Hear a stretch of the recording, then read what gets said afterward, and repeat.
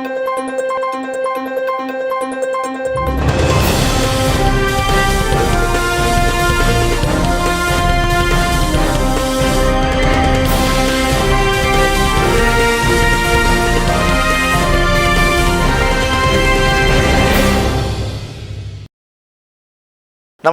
मैं हूं इरशाद अली और आप देख रहे हैं ग्रैंड न्यूज़ नेटवर्क। आइए खबरों का सिलसिला शुरू करें, उससे पहले देख लेते हैं एक नज़र क्या रही आज की हेडलाइंस।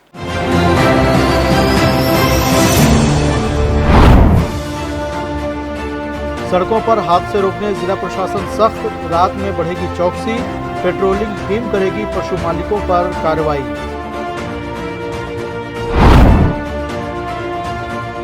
रेलवे कंस्ट्रक्शन कॉलोनी में बन रहा रांची मेंटल हॉस्पिटल का पंडाल, बंगाल के कलाकार काम में जुटे।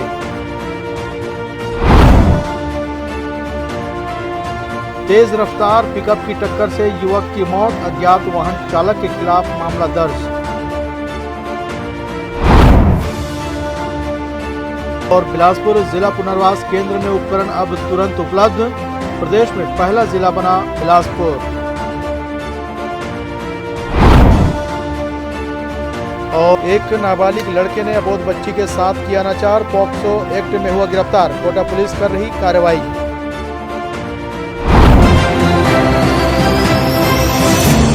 ये थी सुर्खियां, अब खबरें विस्तार से। बिलासपुर में सड़क हादसों को रोकने और लोगों की सुरक्षा सुनिश्चित करने के लिए प्रशासन पूरी तरह अलर्ट हो गया है। कलेक्टर संजय अग्रवाल और एसएसपी रजनेश सिंह ने मंगलवार को जिले के सभी अधिकारियों की अहम बैठक ली। इस बैठक में आवारा मवेशियों को लेकर अब तक की गई कार्रवाई की समीक्षा की गई। कलेक्टर संजय अग्रवाल ने साफ कहा, सड़क हादसों के लिए जिम्मेदार पशु मालिकों पर अब सख्त कार्रवाई होगी। उन्होंने बताया कि हाल के हादसों में मारे गए मवेशियों के मामलों पर कार्रवाई की रिपोर्ट तुरंत पेश की जाए। कलेक्टर ने यह भी कहा कि ज़्यादातर हादसे रात 10 बजे से 2 बजे के बीच होते हैं, इसलिए इस समय गश्त और तेज की जाए। निर्देश के अनुसार यदि झुंड में मवेशी सड़क पर बैठे मिलें तो उन्हें सुरक्षित स्थान पर पहुंचाया जाए और उनके मालिकों की पहचान कर तत्काल एफआईआर दर्ज की जाए। अब तक लगभग 1 दर्जन पशु मालिकों पर अपराध दर्ज हो चुका है।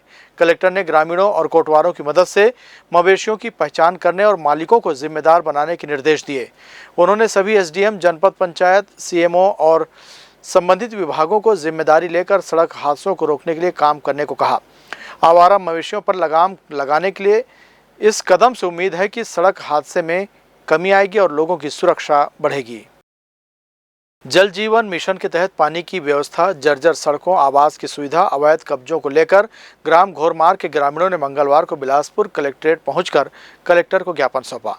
ग्रामीणों ने बताया कि वे लंबे समय से इन समस्याओं से जूझ रहे हैं, लेकिन बार बार प्रशासन और जनप्रतिनिधियों को अवगत कराने के बावजूद समाधान नहीं हो रहा है। ग्रामीणों ने कहा कि गाँव में पानी की सप्लाई बाधित है, सड़कें वर्षों से जर्जर हैं और कई पात्र परिवार आज भी आवास योजना से वंचित हैं। साथ ही राशन कार्ड, पेंशन और अन्य आवश्यक अनुमोदनों को लेकर भी परेशानियों का सामना करना पड़ रहा है। ग्रामीणों का कहना है कि उन्होंने पूर्व में आयोजित जन समस्या समाधान शिविरों में भी अपनी शिकायतें दर्ज कराई थी, लेकिन वहां से भी कोई ठोस कार्रवाई नहीं हुई। मजबूरी में अब वे जिला मुख्यालय आकर अपनी बात शासन प्रशासन तक पहुंचा रहे हैं।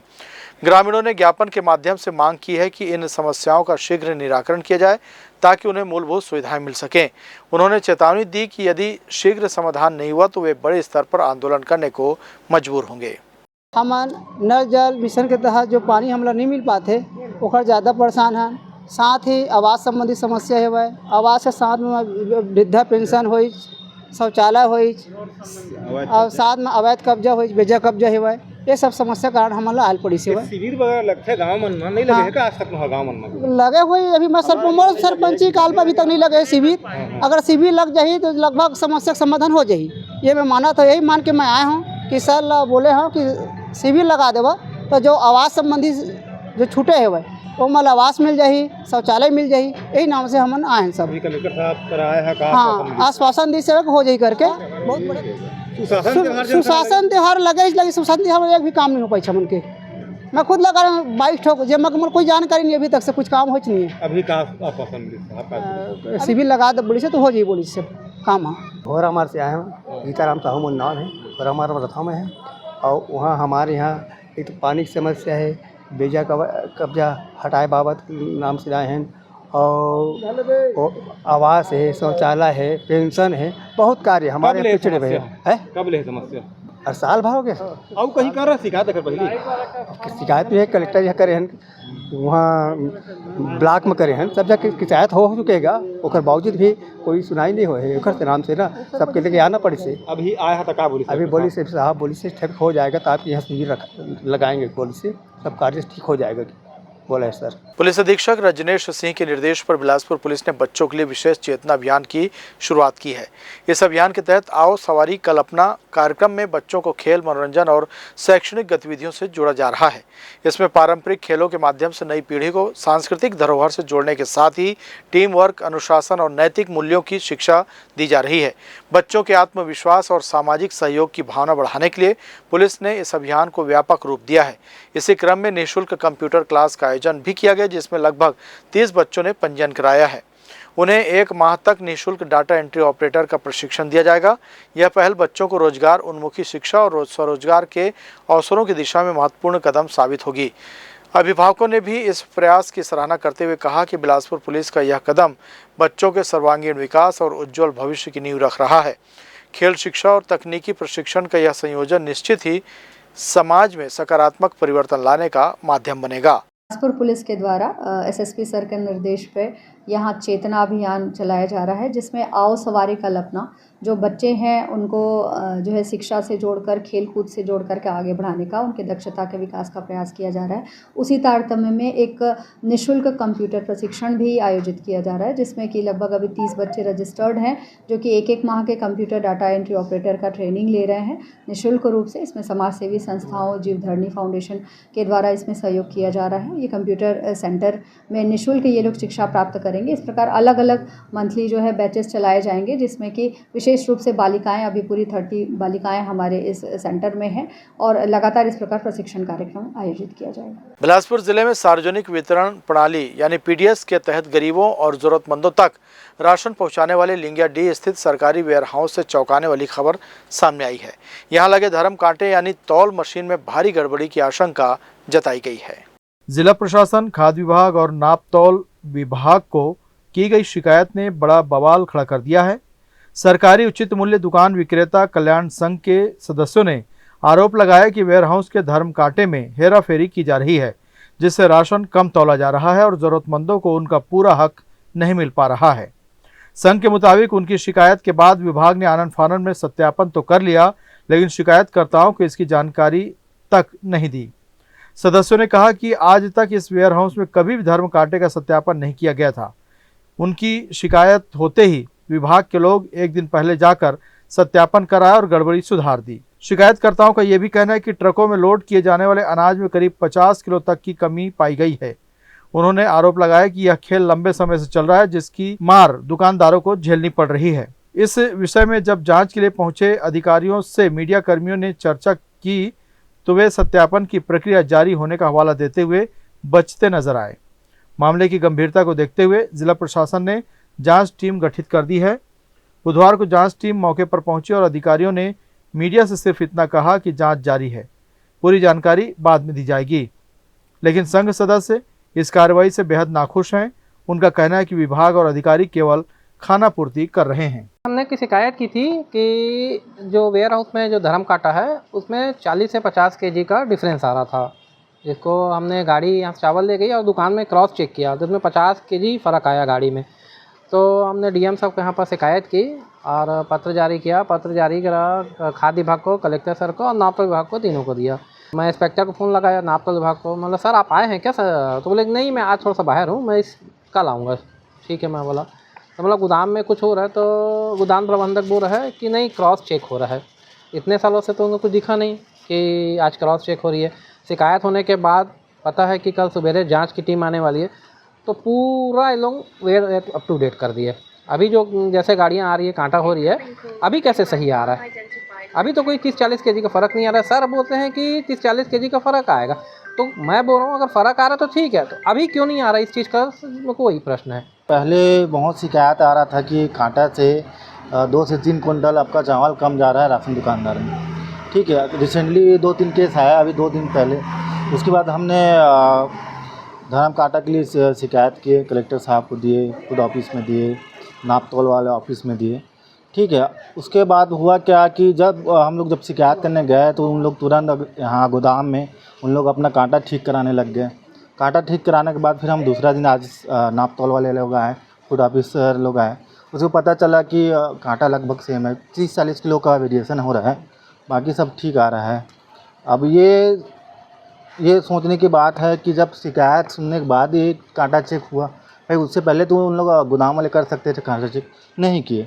हमें एक शिकायत मिली थी कि यहाँ पे वज़न को लेकर कोई इशू हो रही है, तो उसी शिकायत के परिप्रेक्ष्य में वेयर हाउस में हम इसका बाटों को लेकर और एक क्रॉस चेक कर रहे हैं और अभी प्रोसेस चल रहा है, देखते हैं फिर इसमें क्या फाइंडिंग आती है। क्या पाया गया सर यहाँ पर? नहीं, अभी प्रक्रिया चल रही है, आने के फाइंडिंग जब कंप्लीट टेस्ट सारे हो जाएंगे फिर हम इसको बताएंगे। क्या वजन, क्या शिकायत है सर, क्या वजन का? नहीं, एक क्रॉस चेक करने का एक शिकायत है कि वज़न कम ये आ रहे हैं ऐसा करके, पर एग्जैक्टली जब तक जाँच पूरी नहीं होगी है ना, तब वर्षों तक बाद ये पहली बार चेकिंग हो रहा है सर, क्या कहना चाहेंगे आप? नहीं, अभी जाँच करने के बाद बताते हैं। नहीं, ये बाट रख के पहली बार ऐसा नहीं, बाट में चेकिंग तो हो रहा है। रेटिंग ठीक आ रही है, बट अभी मैं क्रॉस चेक करती हूँ। इस पूरे मामले ने सार्वजनिक वितरण प्रणाली पर जनता के भरोसे को झकझोर कर रख दिया है। गरीबों के अनाज पर सेंध लगाने का ये आरोप बेहद गंभीर है। अब देखना होगा कि जिला प्रशासन इस पर कितना सख्त कदम उठाता है और दोषियों को कब तक कटघरे में खड़ा करता है। फिलहाल जांच जारी है, लेकिन आरोपों ने पूरे सिस्टम पर सवाल खड़े कर दिए हैं। ग्रैंड न्यूज के लिए कैमरामैन राकेश मिश्रा के साथ भारतेंदु कौशिक की रिपोर्ट। वक्त हो चला एक छोटे से ब्रेक का। ब्रेक के बाद भी जारी रहेंगी खबरें, आप देखते रहिए grand news. Jayjaya private ITI NCVT से मान्यता प्राप्त एंड ISO सर्टिफाइड 10वीं पास विद्यार्थियों के लिए 2 year electrician course, OPA 1 year course, computer operating and programming assistant course, best classroom facility, admissions open. Jayjaya private ITI, Riverview colony, Koni, Bilaspur, Chhattisgarh. Break के बाद एक बार फिर आपका स्वागत है। बिलासपुर रेलवे कंस्ट्रक्शन कॉलोनी में नवरात्रि पर्व की तैयारियां जोरों पर हैं। वर्ष 1998 से यहां पर देवी मां की पूजा अर्चना शुरू हुई थी, जो लगातार परंपरा के रूप में जारी है। हर साल अलग अलग थीम पर पंडाल और झांकियां सजाई जाती हैं। पिछले वर्ष काला पानी की थीम ने लोगों का ध्यान आकर्षित किया था। इस बार समिति ने रांची के प्रसिद्ध मेंटल हॉस्पिटल की थीम पर पंडाल सजाने का निर्णय लिया है। झांकियों की तैयारी तेजी से चल रही है और इसके लिए विशेष रूप से पश्चिम बंगाल से कलाकार बुलाए गए हैं। वहीं मूर्तियों को भी कोलकाता के कलाकार विशेष रूप से तैयार कर रहे हैं, जिससे श्रद्धालुओं को अद्भुत नज़ारा देखने को मिलेगा। कंस्ट्रक्शन कॉलोनी में देवी मां की पूजा बंगाली पद्धति से की जाती है। पूजा के दौरान यहां हर वर्ष बड़ी संख्या में श्रद्धालु पहुंचते हैं। इस बार भी पंडाल और झांकी को देखने दूर दराज से श्रद्धालुओं के पहुंचने की संभावना है। समिति के अध्यक्ष प्रकाश यादव ने बताया कि षष्ठी से यहां पर श्रद्धालुओं का मेला लग जाएगा। रात्रि में सांस्कृतिक कार्यक्रम और पूजा अर्चना के साथ भव्य आरती का आयोजन भी किया जाएगा। कंस्ट्रक्शन कॉलोनी का पूजा 1998 में प्रारंभ हुआ। हमारे एक पंडित जो यहाँ के निवासी थे, उनके द्वारा चालू किया गया और हर साल हर्ष उल्लास से यहाँ पूजा मनाया जाता है। पिछले बार जो झांकी थी, काला पानी का झांकी हमारे यहाँ आयोजन किया गया था और इस बार हम लोगों ने मेंटल हॉस्पिटल पागल खाना, जो रांची का पागल खाना, उसका दृश्य जीवित झांकी में दर्शाया जाएगा और जो कलाकार हमारे आ रहे हैं वो पश्चिम बंगाल से आ रहे हैं और उनके द्वारा 6 दिन यहाँ आयोजन किया जाएगा। पूरे आयोजन में भक्ति भाव से जो बंगाली पैटर्न में हमारे यहाँ पूजा होता है और पूरे मोहल्ले के लोग आते हैं और मतलब 67 ईयर्स हुआ, इस साल 67 ईयर्स है और आने वाला अभी 6 दिन भक्ति भाव से पूजा होगी। श्रद्धालुओं के लिए विशेष व्यवस्था की जा रही है ताकि वे सहजता से दर्शन कर सकें। रांची मेंटल हॉस्पिटल थीम पर आधारित इस बार की झांकी में वहां के जीवन से जुड़े दृश्य दर्शाए जाएंगे। इसमें मानसिक रूप से अस्वस्थ लोगों के संघर्ष और उनकी जीवन शैली को झांकी के माध्यम से प्रस्तुत किया जाएगा। आयोजकों का कहना है कि यह झांकी लोगों को सामाजिक संदेश भी देगी और नवरात्रि के उत्सव को खास बनाएगी। ग्रैंड न्यूज के लिए कैमरामैन अमर ध्रुव के साथ भारतेंदु कौशिक की रिपोर्ट। बिलासपुर के तिफरा स्थित मां काली मंदिर की पहचान सिर्फ प्रदेश में ही नहीं बल्कि पूरे देश में है। नवरात्रि के तीसरे दिन यहां भक्तों की आस्था और श्रद्धा का ऐसा दृश्य देखने को मिला जो मन को झकझोर दिया। यहां हर दिन हजारों श्रद्धालु मां के दर्शन के लिए पहुंच रहे हैं। तिफरा स्थित काली मंदिर को प्रदेश और देश के प्रमुख धार्मिक स्थलों में गिना जाता है। इस मंदिर की अपनी अलग ही प्रतिष्ठा है। नवरात्र के चलते इन दिनों यहाँ श्रद्धालुओं का सैलाब उमड़ पड़ा है। हर दिन हजारों की संख्या में लोग दूर दराज से मां काली के दर्शन करने पहुंच रहे हैं। मंदिर परिसर में प्रवेश करते ही वातावरण श्रद्धा और भक्ति से सराबोर हो जाता है। ढोल नगाड़ों की आवाज़, घंटियों की गूंज और जय माता दी के नारों के बीच भक्त मां काली के दर्शन करते हैं। मुख्य पुजारी भवानी दास के अनुसार इस वर्ष भी मंदिर में आस्था का माहौल चरम पर है। उन्होंने बताया कि हर साल की तरह इस बार भी करीब 5000 ज्योति कलश जलाए जा रहे हैं। भक्त अपने अपने कलश लेकर माता के चरणों में अर्पित कर रहे हैं। वहाँ नवरात्रि का त्योहार चालू हो गया है। श्रद्धालु आ रहे हैं, दर्शन कर रहे हैं, जा रहे हैं। और जिस तरह नवरात्रि कार्यक्रम चलता है उसी तरह सब चल रहा है। इस बार क्या था, कितने जोत चल रही है? हाँ, इस साल मतलब करीब लगभग 5000 करीब है जो उसका घी और तेल मिला के आना जाना। देवी भागवत का कार्यक्रम चल रहा है। काली सहस्त्रनाम, दुर्गा पाठ, दुर्गा सप्तशती पाठ, हवन पाठ और हवन साथ साथ चल रहा है। बताएंगे मंदिर की थोड़ा विशेषता बताएंगे क्या मंदिर की विशेषता ये इतना है कि यहाँ जितना भी जो भी मानने के लिए आते हैं उनका मान्यता पूरा होता है। मंदिर तो बहुत साल पुराना है, प्लस इसकी विशेषता ये है कि मंदिर में हर मनोकामना पूर्ण होती है। ठीक है, प्लस श्रद्धालु अधिक संख्या में भी हर साल उपस्थित होते हैं। और यहाँ की मान्यताएं जो कि है माँ काली और माँ पताल काली, मतलब छोटे वाले काली जो देखिए में, उनकी विशेषताएं हैं। और इस बार हमारे यहाँ नवरात्र में 5000 ज्योति कलश जल रही है। अभी इसमें से 4000 तेल ज्योति है, 1000 घृत ज्योति है। कितने श्रद्धालु एक दिन में आते हैं? ये दिन ज़्यादा कितना? एक दिन में श्रद्धालु करीबन 1000-1500 से ऊपर ही आते हैं। और ज़्यादातर भीड़ पंचमी से लेकर अष्टमी तक की ही रहती है। उसमें 3000 प्लस श्रद्धालु दर्शन करने के लिए आते हैं। बिलासपुर शहर के साथ साथ आसपास के जिलों और दूसरे राज्यों से भी बड़ी संख्या में श्रद्धालु यहाँ पहुँचते हैं। त्यौहार के अवसर पर यहाँ का माहौल ऐसा होता है मानो कोई आस्था का महाकुंभ लगा हो। लोग अपने परिवार, बच्चों और रिश्तेदारों के साथ माता के दर्शन कर रहे हैं। श्रद्धालुओं ने भी अपने अनुभव साझा किए। कई लोगों ने बताया कि यहाँ आने से उन्हें अद्भुत शांति और आत्मिक शक्ति मिलती है। उनका मानना है कि माँ काली उनकी मनोकामनाएं पूरी करती हैं। कई श्रद्धालु तो लगातार कई वर्षों से नवरात्रि में यहाँ दर्शन करने आते हैं। काली मंदिर है तिफरा का। मेरी शादी हुई है बिलासपुर में, 7 साल हो गया। तब से मैं हमेशा यहाँ आती हूँ। जोत भी जलता है हम लोगों का और देवी के प्रति मेरी बहुत आस्था है। 5 साल बाद मेरी गुड़िया हुई है। मैं हमेशा यहाँ इसी मन्नत से आती थी। मतलब और भी सब इच्छाएं पूर्ण होती है, लेकिन मैं संतान के लिए स्पेशली आती थी। जोत भी जलता था मेरा और मेरी गुड़िया को मैं लेके आई हूँ। देखिए आज उसका जन्मदिन है, उसको लेके आई हूँ मैं और मेरे को बहुत अच्छा लगता है। मन की शांति मिलती है और मेरे लिए तो बहुत।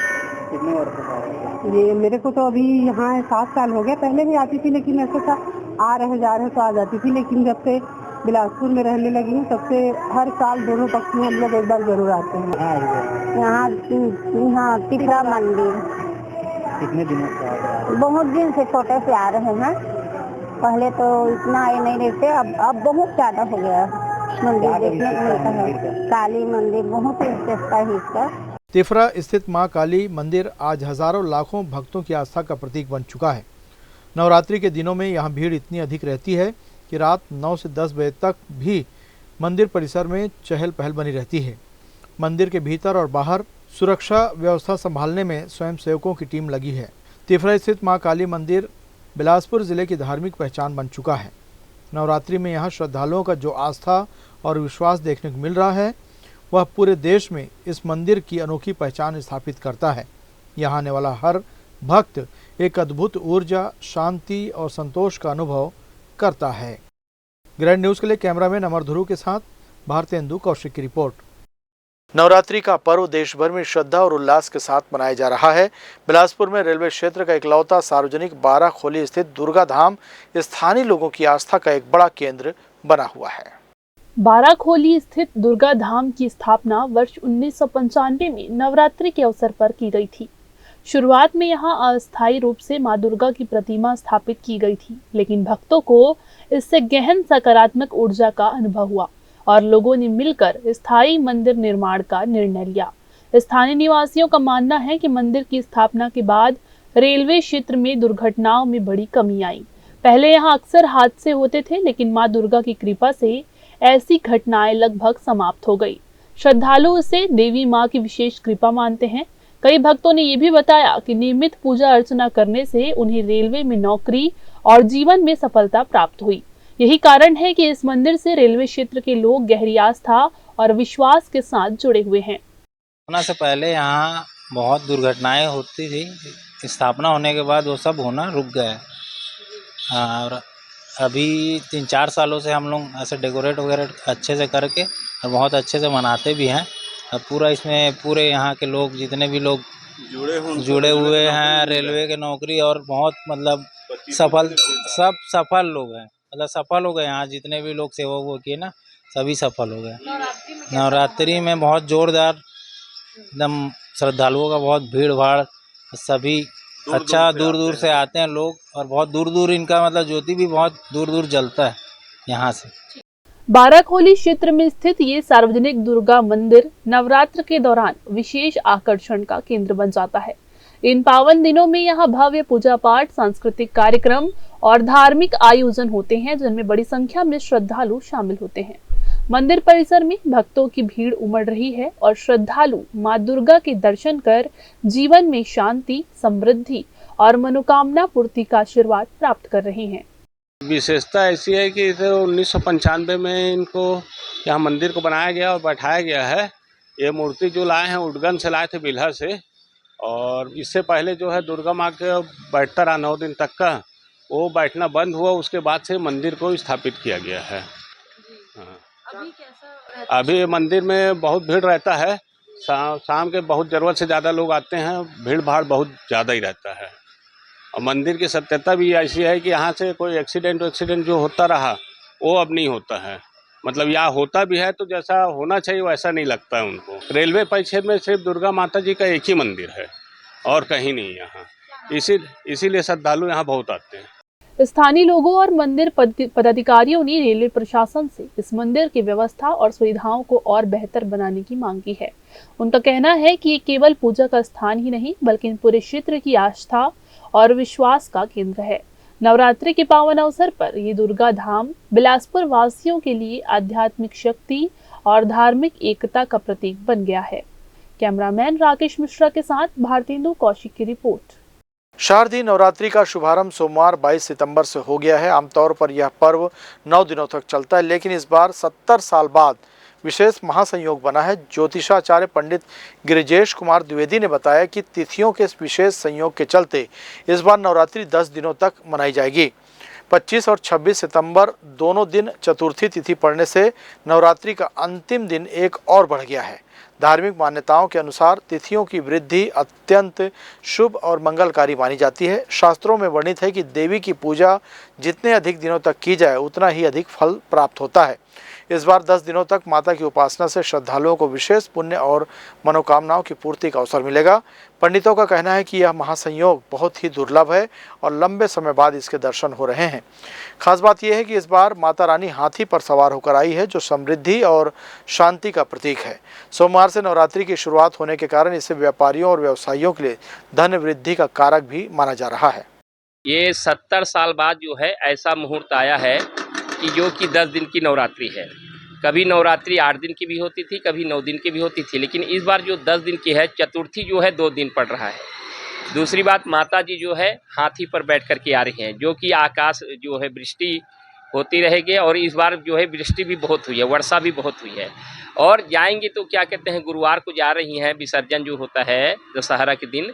तो माता जी इसमें व्यापारियों को सबसे बड़ा लाभ होगा, धन धान का जो है बरसात होगी इस बार जो है।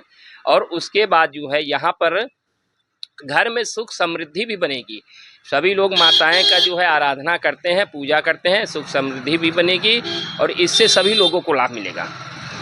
जो जन हैं, व्यापार है, नौकरी वाले सब जितने भी हैं सबको लाभ मिलेगा, माता जी के आशीर्वाद प्राप्त होगा। वक्त हो चला एक छोटे से ब्रेक का। ब्रेक के बाद भी खबरें जारी रहेंगी, देखते रहिए ग्रैंड न्यूज। जय जया प्राइवेट ITI NCVT से मान्यता प्राप्त एंड ISO सर्टिफाइड 10वीं पास विद्यार्थियों के लिए 2 year electrician course, COPA 1 year course, computer operating and programming assistant course, best classroom facility, admissions open. Jai Jaya private ITI, Riverview colony, Koni, Bilaspur, Chhattisgarh. Break के बाद एक बार फिर से आपका स्वागत है। बिलासपुर के कोनी थाना क्षेत्र अंतर्गत घुटकू अंडरब्रिज के पास बुधवार सुबह एक भीषण सड़क हादसे में बाइक सवार युवक की मौके पर ही मौत हो गई। जानकारी के अनुसार चोरभट्टी खुर्द का रहने वाला 25 वर्षीय ओम प्रकाश केवट, जो नंद कुमार केवट का बेटा था, सुबह करीब 6:30 बजे अपनी स्प्लेंडर मोटरसाइकिल क्रमांक CG10 BT0644 से ट्रैक्टर चलाने के लिए नौरोती कापा जा रहा था। तभी लगभग 6:45 बजे एक तेज रफ्तार अज्ञात पिकअप वाहन ने लापरवाही पूर्वक सामने से उसकी बाइक को टक्कर मार दी। टक्कर इतनी ज़बरदस्त थी कि ओम प्रकाश को सिर पर गंभीर चोटें आईं और उसने घटनास्थल पर ही दम तोड़ दिया। घटना की जानकारी मृतक के ट्रैक्टर मालिक शिव कुमार यादव ने उसके परिवार को दी, जिसके बाद पिता नंद कुमार मौके पर पहुंचे और बेटे को मृत अवस्था में देखकर पुलिस को सूचना दी। कोनी पुलिस ने मौके पर पहुंचकर पंचनामा कार्रवाई की और शव को पोस्टमार्टम के लिए भेज दिया। अज्ञात पिकअप चालक के खिलाफ धारा 106(1) BNS के तहत मामला दर्ज कर लिया गया है और आगे की जांच कार्रवाई शुरू कर दी गई है। घुटकू क्षेत्र की है, वहाँ पे एक जो मृतक हैं वो बाइक से अपनी जा रहे थे और उसके पीछे लगभग 407 एक लापरवाही पूर्वक चला करके जा रही थी और उसने उस पर टक्कर मारा, जिससे आगे में जो बाइक से जा रहे थे उनकी मृत्यु हो गई है। हमने FIR रजिस्टर किया है रेलेवेंट सेक्शंस ऑफ BNS और हम आगे कार्रवाई कर रहे हैं। नवरात्रि पर्व को शांतिपूर्ण ढंग से संपन्न कराने के लिए बिलासपुर पुलिस पूरी तरह सतर्क है। इसी कड़ी में कोतवाली पुलिस ने अभियान चलाकर कुछ युवकों से भारी भरकम कड़े जब्त किए हैं। पुलिस के अनुसार ये कड़े महज फैशन या धार्मिक आस्था का प्रतीक नहीं, बल्कि कई बार झगड़ों और मारपीट की घटनाओं में इन्हें हथियार के तौर पर इस्तेमाल किया जाता है। त्योहार के दौरान इनका उपयोग कर माहौल बिगाड़ा जा सकता है, इसलिए ऐसे संदिग्ध युवकों की जांच कर उनके कड़े जब्त किए गए। कोतवाली CSP गगन कुमार ने खुद चेकिंग की और सैकड़ों से ज़्यादा कड़े जब्त किए। नवरात्रि के मद्देनज़र शहर में सुरक्षा व्यवस्था चाक चौबंद कर दी गई है और हर सार्वजनिक स्थल पर पुलिस की तैनाती बढ़ा दी गई है। दुर्गा पूजा का समय चल रहा है, तो पुलिस प्रशासन पूरे तरीके से सतर्क है कि किसी भी तरीके से किसी भी कुछ भी लड़ाई झगड़ा उस तरह की स्थिति ना बने। तो हमने कल जो आप देखे होंगे कि झांकी जो अपने कोतवाली क्षेत्र से गुजर रही थी, तो उसमें कई सारे लड़के जो हैं वो मोटे मोटे कड़े पहने हुए थे, जिनका अगर लड़ाई झगड़ा होता है तो उसको एक हथियार के रूप में इस्तेमाल कर लेते हैं और वो काफ़ी घातक हो जाता है। तो हमने ढेर सारा लगभग हंड्रेड्स ऑफ नंबर में हमने कड़ा को सीज़ किया है। बिलासपुर जिले के तखतपुर थाना क्षेत्र के बेलपान गांव से एक दिल दहला देने वाला मामला सामने आया है। यहां के रहने वाले एक युवक ने फांसी लगाकर आत्महत्या कर ली। मरने से पहले उसने जो सुसाइड नोट छोड़ा, उसने पूरे गांव को हिलाकर रख दिया। 52 वर्षीय देवलाल मरकाम ने 21 सितंबर को फांसी लगाकर जान दे दी। उसके पास से पुलिस को एक सुसाइड नोट मिला है। सुसाइड नोट में लिखा है कि उसकी पत्नी का गाँव के ही रहने वाले दद्दू कौशिक के साथ अवैध संबंध है। देवलाल ने आरोप लगाया कि उसने कई बार दोनों को आपत्तिजनक हालत में देखा, जिसकी वजह से वह मानसिक तनाव में आ गया और आखिरकार उसने अपनी जीवन लीला समाप्त कर ली, जिसे लेकर बेलपान गांव के दर्जनों ग्रामीण SP ऑफिस पहुंचे। उन्होंने पुलिस अधीक्षक कार्यालय में आवेदन देकर आरोप लगाया कि दद्दू कौशिक के पिता भाजपा नेता हैं। इसी कारण तखतपुर पुलिस आरोपी पर अपराध दर्ज नहीं कर रही है और न ही कोई कार्रवाई कर रही है। ग्रामीणों ने सख्त मांग की है कि आरोपी पर तुरंत कार्रवाई हो और मृतक को न्याय मिले। ग्रामीणों का कहना है कि अगर पुलिस ने समय रहते कार्रवाई नहीं की तो वे उग्र आंदोलन करेंगे। वहीं पुलिस का कहना है कि वह सुसाइड नोट और अन्य सबूतों की बारीकी से जांच कर रही है और जांच के बाद आगे की कार्रवाई की जाएगी। मोर पिताजी है आत्महत्या कर ली। मोर माँ श्रीमती अनीता मरकाम दद्दू कौशिक के साथ भाग जाने के कारण आत्महत्या कर रहा हूँ। ये सुसाइड लेटर में लिखा था, ओखर वजह से आत्महत्या करी से ओखरे इंसाफ बर हमारे यहाँ आए हैं। मैडम ला भी बोले हैं तो कार्यवाही हुई बोली। तखतपुर थाना गए हैं तो ऐसा केस कितना आया कितना गए बोल दिया है। वो खत में का लिखे हैं लेटर में? मेरी माँ अनीता मरकाम दद्दू कौशिक के साथ भाग जाने के कारण मैं सुसाइड कर रहा हूँ सर। आप क्या चाहते सर? न्याय चाहते। तखतपुर थाना क्षेत्र के बेलपान ग्राम में एक लगभग 52 वर्षीय व्यक्ति है देवलाल मरकाम, उनके द्वारा जो है सुसाइड करने की घटना जो है तखतपुर में 3 दिन पहले हुई है, जिसमें कि तखतपुर पुलिस ने मर्ग कायम किया है और मर्ग की जांच की जा रही है। इसमें एक सुसाइड नोट भी मिला है जिसमें वो अपनी पत्नी का किसी अन्य व्यक्ति से अवैध संबंध होने की बात कर रहा है। सुसाइड नोट की भी जाँच कराई जाएगी। जाँच में आए तथ्यों के अनुसार फिर आगे कार्रवाई की जाएगी। देवलाल मरकाम की आत्महत्या ने पूरे बेलपान गांव को झकझोर कर रख दिया है। अब सवाल ये है कि क्या पुलिस आरोपियों पर कड़ी कार्रवाई करेगी या मामला यूं ही ठंडे बस्ते में डाल दिया जाएगा। ग्रैंड न्यूज के लिए कैमरामैन राकेश मिश्रा के साथ भारतेंदु कौशिक की रिपोर्ट। डायल 112 सेवा के तहत खरीदे गए सैकड़ों नए वाहनों के लंबे समय तक खड़े रहने और पुराने जर्जर वाहनों की मरम्मत कर उन्हें जबरन उपयोग में लाने की अजीबोगरीब व्यवस्था पर हाईकोर्ट ने गंभीर रुख अपनाया है। अदालत ने इस मामले को स्वतः संज्ञान में लेते हुए जनहित याचिका पर सुनवाई की और प्रदेश के पुलिस महानिदेशक डीजीपी से व्यक्तिगत हलफनामा तलब किया है, जिसमें उन्हें यह स्पष्ट करना होगा कि किन परिस्थितियों में अगस्त 2023 में 40 करोड़ रुपए खर्च कर खरीदे गए 400 नए वाहन 2 वर्षों तक अनुपयोगी खड़े रहे और फिर अप्रैल 2025 में 325 नए वाहन खरीदने के बावजूद थानों को पुराने और मरम्मत किए हुए वाहन क्यों दिए गए। कोर्ट ने टिप्पणी की कि यह पूरा मामला कुप्रबंधन, निविदा प्रक्रिया में अनिर्णय और एजेंसी चयन में असमंजस का परिणाम है, जिसने न केवल राज्य सरकार पर लगभग 100 करोड़ रुपए का अनावश्यक वित्तीय बोझ डाला बल्कि पुलिस की कार्यप्रणाली पर भी नकारात्मक असर डाला है। सुनवाई के दौरान महाधिवक्ता ने सरकार से निर्देश लेने के लिए समय मांगा, जिस पर मुख्य न्यायाधीश रमेश सिन्हा और न्यायमूर्ति बीडी गुरु की खंडपीठ ने डीजीपी को निर्देशित किया कि वे हलफनामे में विस्तार से बताएं कि ऐसी स्थिति कैसे उत्पन्न हुई, इसके लिए कौन कौन से प्रशासनिक निर्णय जिम्मेदार हैं, आगे वाहनों का बेहतर उपयोग कैसे सुनिश्चित किया जाएगा और भविष्य में इस तरह की गड़बड़ी की पुनरावृत्ति रोकने के लिए कौन से ठोस कदम उठाए जाएंगे। अब इस मामले की अगली सुनवाई 8 अक्टूबर को होगी। वक्त हो चला एक छोटे से ब्रेक का। जाइएगा नहीं, देखते रहिए ग्रैंड न्यूज। जय जया प्राइवेट ITI NCVT से मान्यता प्राप्त एंड ISO सर्टिफाइड 10वीं पास विद्यार्थियों के लिए 2 year electrician course, COPA 1 year course, computer operating and programming assistant course, best classroom facility, admissions open. Jai Jaya private ITI, Riverview colony, Koni, Bilaspur, Chhattisgarh.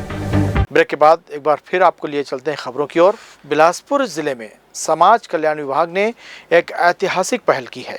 जिला पुनर्वास केंद्र में 1 दिवसीय प्रशिक्षण कार्यशाला का आयोजन किया गया, जिसमें दूर दराज से आए प्रतिभागियों ने हिस्सा लिया।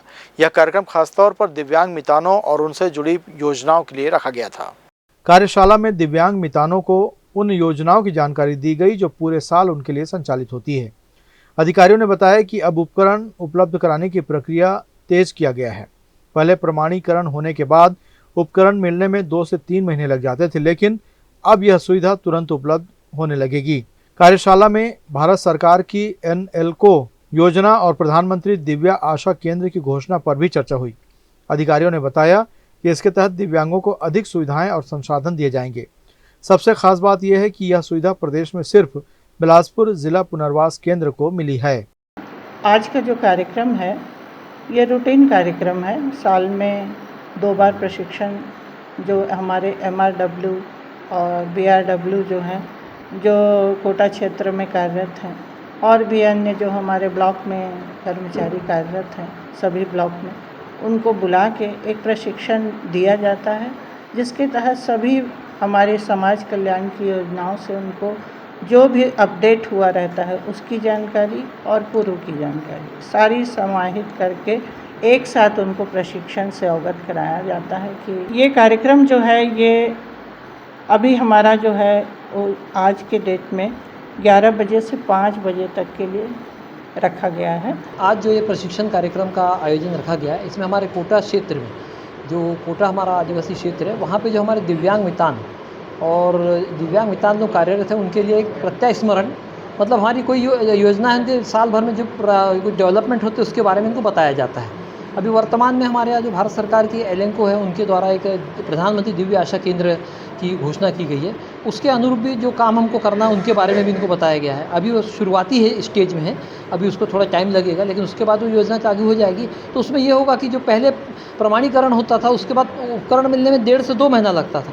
अब अगर आपका प्रमाणीकरण हो गया, आपके डॉक्यूमेंट सत्यापित हो गए, तो आपको तुरंत उपकरण मिलेगा इस योजना से। ये कम से कम बिलासपुर ने छत्तीसगढ़ के लिए बहुत बड़ी उपलब्धि है। इस नई पहल से दिव्यांगों के जीवन में परेशानियां कम होने की उम्मीद है। अब उपकरण पाने के लिए महीनों का इंतजार नहीं करना पड़ेगा। बिलासपुर ने एक बार फिर से पूरे प्रदेश में उदाहरण पेश किया है। ग्रैंड न्यूज के लिए कैमरामैन राहुल ठाकुर के साथ भारतेंदु कौशिक की रिपोर्ट। बिलासपुर जिले के मस्तूरी विकासखंड के पोड़ी गांव के किसानों का गुस्सा फूट पड़ा है। 15 साल पहले बांधा जलाशय से चौड़ीकरण के लिए उनकी जमीन ली गई थी, लेकिन आज तक उन्हें मुआवजा नहीं दिया गया। परेशान किसान आज बड़ी संख्या में कलेक्टर ऑफिस पहुंच गए। पाली गांव के करीब 40 किसानों की निजी भूमि 15 साल पहले बांधा जलाशय परियोजना में ले ली गई थी। किसानों का आरोप है कि न सिंचाई विभाग, न एसडीएम ऑफिस और न ही कलेक्टर ऑफिस ने उनकी सुनवाई की। हर बार उन्हें सिर्फ आश्वासन देकर लौटा दिया जाता है। किसानों ने बताया कि वे इस मुद्दे पर कई बार आवेदन दे चुके हैं। यहाँ तक कि पिछली बार वे चक्का जाम करने वाले थे, लेकिन एसडीएम ने उन्हें आश्वासन देकर रोक लिया। किसानों का कहना है कि अब उनका सब्र टूट चुका है। पिछले 14-15 वर्षों से वे भटक रहे हैं। इस बार अगर उनकी मांगें पूरी नहीं होती हैं तो वे न्यायालय की शरण लेंगे और इसके लिए अधिकारी खुद जिम्मेदार होंगे। ग्राम पंचायत पोड़ी, तहसील मस्तूर सिपत से आए हुए हैं। हम लोगों का बांधा जलाशय से लगभग 15 वर्षों से अधिग्रहण किए हैं सिंचाई विभाग द्वारा, और सिंचाई विभाग द्वारा अभी तक हमको मुआवजा नहीं दे रहे हैं। और 40 गरीब किसान हैं। 15 वर्ष से हम लोगों को ना तो धान मिल रहा है, उसमें से फसल नहीं मिल रहा है, और न ही मुआवजा मिल रहा है। कहाँ तक गए अभी तक इसका शिकायत? यहाँ हम रायपुर में मुख्यमंत्री को भी दिए थे आवेदन, और उसमें सिंचाई विभाग में देते रहे हैं। और ये 15 वर्षों में हर 3 महीना के अंदर हम लोग सिंचाई विभाग आते हैं, कलेक्टर में आते हैं, एसडीएम में जाते हैं, तहसील में जाते हैं। वहाँ तक आवेदन दे चुके हैं आप? अब 15 वर्षों में समझ लीजिए अब कितने बार, हर 3 महीना 4 महीना में हम लोग आ रहे हैं। अभी 2025 में 3 बार आ चुके हैं, अधिकारी आ चुके हैं। हम लोग आ चुके हैं आवेदन देने। और कलेक्टर यहाँ जाते हैं एसडीएम में तो बोलते हैं सिंचाई विभाग वाले जानेंगे, और सिंचाई विभाग में जाते हैं तो बोलते हैं कलेक्टर जानेंगे। जहाँ तक अभी पता चला है यहाँ सिंचाई विभाग से कि कलेक्टर ऑफिस में आके फाइल रुका हुआ है। 15 वर्ष से न तो हमको उस खेती से धान मिल रहा है, सब डूब गया, और न तो मुआवजा मिल रहा है। बहुत चिंतित परेशान है हम लोग। कितने लोग प्रभावित हैं? 40 किसान प्रभावित हैं हम लोग। कौन कौन से गाँव? सब एक ही गांव का, पोड़ी गांव का है हम लोग जी। 1 एकड़ ऊपर ज़्यादा है, हम एक बूंद नहीं पाऊँगा। और कई बार आ गए ना पहले साहब अरे पैसा चाहिए हम लोग भैया, नहीं तो मुआवजा दे भाई। ग्राम पोड़ी के इन किसानों ने प्रशासन को अल्टीमेटम दिया है। उनका कहना है कि वे अब ठगे जाने को तैयार नहीं हैं। 15 साल बाद भी मुआवजा नहीं मिलने से किसानों में गुस्सा साफ दिखाई दे रहा है। अब देखना होगा कि प्रशासन इनकी समस्या सुलझाता है या फिर मामला एक बार फिर टल जाएगा। ग्रैंड न्यूज़ के लिए कैमरामैन राहुल ठाकुर के साथ भारतेंदु कौशिक की रिपोर्ट। प्रदेश के शहर कस्बों में गलियां और सड़कें अब और भी रोशन होंगी। राज्य सरकार ने नगरीय निकायों को बड़ा तोहफा देते हुए स्ट्रीट लाइटिंग यानी प्रकाश व्यवस्था के लिए पार्षद अध्यक्ष और महापौर निधि के इस्तेमाल की अनुमति दे दी है। नगरीय प्रशासन एवं विकास विभाग ने नए आदेश में कहा है कि अब पार्षद अध्यक्ष और महापौर निधि की वार्षिक पात्रता राशि का अधिकतम 25% हिस्सा प्रकाश व्यवस्था पर खर्च किया जा सकता है। विभाग ने इस संबंध में सभी नगर निगमों, नगर पालिकाओं और नगर पंचायतों के अधिकारियों को परिपत्र जारी कर दिया है। उप मुख्यमंत्री और नगरीय प्रशासन मंत्री अरुण साव ने हाल ही में विभागीय समीक्षा बैठक में यह निर्देश दिए थे कि निधि से किए जाने वाले कार्यों में प्रकाश व्यवस्था को भी शामिल किया जाए। विभाग ने इस पर त्वरित कार्रवाई करते हुए मंत्रालय से आदेश जारी कर दिया है। हाल ही में नगरीय प्रशासन विभाग ने प्रदेश भर के नगरीय निकायों को कुल 102 करोड़ 97,50,000 रुपए की पार्षद अध्यक्ष और महापौर निधि जारी की है। इसमें 72 करोड़ 33,75,000 रुपए पार्षद निधि और 30 करोड़ 63,75,000 रुपए महापौर अध्यक्ष निधि के लिए रूप में आवंटित किए गए हैं। सरकार के इस फैसले से उम्मीद है कि प्रदेश के शहरों और कस्बों की सड़कों पर रोशनी बढ़ेगी और लोगों को सुरक्षित माहौल मिलेगा। बिलासपुर के सिविल लाइन थाना क्षेत्र अंतर्गत नेहरू चौक पर मानवता को शर्मसार कर देने वाली घटना सामने आई है, जहां एक युवक ने मामूली विवाद के चलते एक बुजुर्ग व्यक्ति से बेरहमी से मारपीट की। वायरल हुए वीडियो में एक युवक बुजुर्ग का कॉलर पकड़कर उसे सड़क पर घसीटते हुए साफ दिखाई दे रहा है। वक्त हो चला एक और छोटे से ब्रेक का, जाइएगा नहीं, देखते रहिए grand news. Jaya private ITI NCVT से मान्यता प्राप्त एंड ISO सर्टिफाइड 10वीं पास विद्यार्थियों के लिए 2 year electrician course, COPA 1 year course, computer operating and programming assistant course, best classroom facility, admissions open. Jaya private ITI, Riverview colony, Koni, Bilaspur, Chhattisgarh. खबरों के इस अंतिम पायदान में आपका स्वागत है। बिलासपुर के कोटा थाना क्षेत्र के बाराद्वार गांव से एक दिल दहला देने वाला मामला सामने आया है, जहां एक 15 वर्षीय नाबालिग लड़के ने 6 साल की मासूम बच्ची के साथ दुष्कर्म किया। जानकारी मिलते ही पुलिस की टीम मौके पर पहुंची और आरोपी को तत्काल गिरफ्तार कर लिया। आरोपी बिलासपुर का रहने वाला है और अपने रिश्तेदार के घर बाराद्वार गाँव गया हुआ था। वहीं उसने मासूम बच्ची के साथ घिनौनी हरकत की। फिलहाल बच्ची को इलाज के लिए अस्पताल में भर्ती कराया गया है, जहां वह सुरक्षित बताई जा रही है। पुलिस ने मामले को गंभीरता से लेते हुए नाबालिग आरोपी के खिलाफ पॉक्सो एक्ट के तहत सख्त कार्रवाई शुरू कर दी है। अतिरिक्त पुलिस अधीक्षक अर्चना झा ने बताया कि बच्ची को हर संभव सहायता और सुरक्षा दी जा रही है और आरोपी को न्यायिक प्रक्रिया के तहत कठोर सजा दिलाने के लिए कार्रवाई जारी है। कोटा के एक बाराद्वार गांव में एक 6 साल की बच्ची से अनाचार की सूचना पुलिस को मिली। पुलिस की टीम तत्काल पहुंची है। 15 साल का नाबालिग के द्वारा अनाचार करने की सूचना मिली थी, जिस पर तत्काल जो है जो अपचारी बालक है उसको अरेस्ट किया गया है। प्रकरण में पॉक्सो एक्ट के तहत हमने FIR पंजीबद्ध किया है और आगे इसमें वैधानिक कार्यवाही की जा रही है। ये उसके दूसरे रिश्तेदार ही होता है, जो कि बिलासपुर का रहने वाला है। वहाँ पे अपने रिश्तेदार के यहाँ गया हुआ था, उसी दौरान ये घटना हुई। बिलासपुर हाईकोर्ट में मेंटल हॉस्पिटल की खस्ताहाल व्यवस्था को लेकर दायर जनहित याचिकाओं पर हुई सुनवाई में अदालत ने सरकार के रवैये पर गहरी नाराजगी जताई। शासन की ओर से यह दलील दी गई कि अस्पताल में पाई गई खामियों को दूर करने की प्रक्रिया जारी है, लेकिन इसमें समय लगेगा। इस पर कोर्ट ने तीखी टिप्पणी करते हुए कहा कि अब सिर्फ हलफनामा देने से काम नहीं चलेगा, बल्कि यह बताया जाए कि अब कौन कौन से ठोस कदम उठाए गए हैं। दरअसल हाईकोर्ट के निर्देश पर स्वास्थ्य सचिव और कोर्ट कमिश्नर ने मेंटल हॉस्पिटल का निरीक्षण कर जो रिपोर्ट सौंपी थी, उसमें कई गंभीर अव्यवस्थाओं और लापरवाहियों का खुलासा हुआ था। रिपोर्ट के मुताबिक अस्पताल में अल्ट्रासाउंड और अन्य जरूरी जांच मशीनों की सुविधा तक नहीं है, जिससे मरीजों को सिम्स अस्पताल रेफर किया जाता है, जिससे परिजनों और स्टाफ दोनों को भारी दिक्कतों का सामना करना पड़ता है। पिछली सुनवाई में कोर्ट ने साफ कहा था कि हालात इतने गंभीर हैं कि अब अधिकारियों के हलफनामों से बदलाव नहीं आएगा। इस बार कोर्ट ने सीधे तौर पर अधिकारियों से सवाल करते हुए निर्देश दिए कि मरीजों की जांच और इलाज की समुचित व्यवस्था मेंटल हॉस्पिटल परिसर में ही सुनिश्चित की जाए और अगली सुनवाई में अब तक की गई ठोस कार्रवाई की पूरी रिपोर्ट पेश की जाए। बिलासपुर हाईकोर्ट ने ध्वनि प्रदूषण को लेकर दाखिल जनहित याचिका पर सुनवाई करते हुए राज्य सरकार को सख्त निर्देश दिए हैं। अदालत ने राज्य के मुख्य सचिव को आदेश दिया कि पूर्व में दाखिल शपथ पत्र के अनुसार सभी आवश्यक कदम उठाए जाएं और ध्वनि प्रदूषण पर नियंत्रण के लिए ठोस कार्रवाई सुनिश्चित की जाए। सुनवाई के दौरान शासन की ओर से बताया गया कि कोलाहल नियंत्रण अधिनियम 1985 में संशोधन की प्रक्रिया चल रही है। इस संबंध में राज्य सरकार की एक समिति ने छत्तीसगढ़ पर्यावरण संरक्षण मंडल CECB को संशोधन मसौदा तैयार करने के निर्देश दिया था, जिस पर CECB ने 13 अगस्त 2025 को प्रारूप तैयार कर आवास एवं पर्यावरण विभाग को भेजा। इसके बाद 14 अगस्त को समिति ने मसौदे की समीक्षा की और विभिन्न विभागों से 15 सितंबर की बैठक में अंतिम प्रस्ताव प्रस्तुत करने को कहा। हाईकोर्ट ने यह भी स्पष्ट किया कि 1985 के अधिनियम में हो रहे संशोधन ध्वनि प्रदूषण विनियम एवं नियंत्रण नियम 2000 के अनुरूप किए जा रहे हैं और सरकार को यह सुनिश्चित करना होगा कि इन नियमों का पूर्णतः अनुपालन हो। शासन के शपथ पत्र में यह भी उल्लेख किया गया कि यह मसला फिलहाल गृह विभाग के विचाराधीन है और उसी के माध्यम से आगे की कार्रवाई की जाएगी। बहुचर्चित पत्रकार मुकेश चंद्राकर हत्याकांड और उससे जुड़े भ्रष्टाचार के मामले में बिलासपुर हाईकोर्ट ने अहम फैसला सुनाते हुए मुख्य आरोपी सुरेश चंद्राकर की जमानत याचिका खारिज कर दी। कोर्ट ने साफ कहा कि पत्रकार की हत्या जैसे गंभीर मामले में आरोपी को राहत नहीं दी जा सकती। सुरेश चंद्राकर और उसके भाइयों पर आरोप है कि उन्होंने मिलकर मुकेश चंद्राकर की हत्या की साजिश रची। पत्रकार मुकेश ने सड़क निर्माण कार्य में भ्रष्टाचार और घटिया गुणवत्ता को उजागर करते हुए कई खबरें प्रकाशित की थी, जिससे सुरेश चंद्राकर और उसके परिवार को सार्वजनिक रूप से बड़ी किरकिरी झेलनी पड़ी। दुर्ग के बहुचर्चित अपहरण और फिरौती के मामले में बिलासपुर हाईकोर्ट ने अहम फैसला सुनाते हुए चारों दोषियों की सजा के खिलाफ दायर अपील को खारिज कर दिया है।